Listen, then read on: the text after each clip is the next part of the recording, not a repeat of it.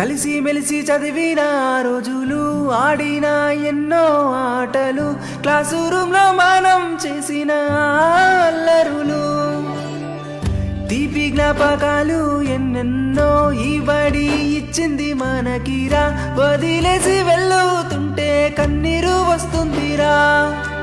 పాఠాలు చెప్పిన గురువులకి పాదాభివందనం.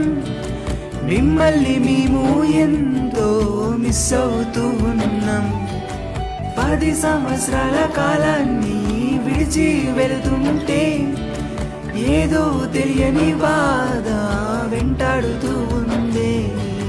తరగతి గదిలో గడిపిన క్షణాలు ఇచ్చింది ఎన్నో తీపి జ్ఞాపకాలు.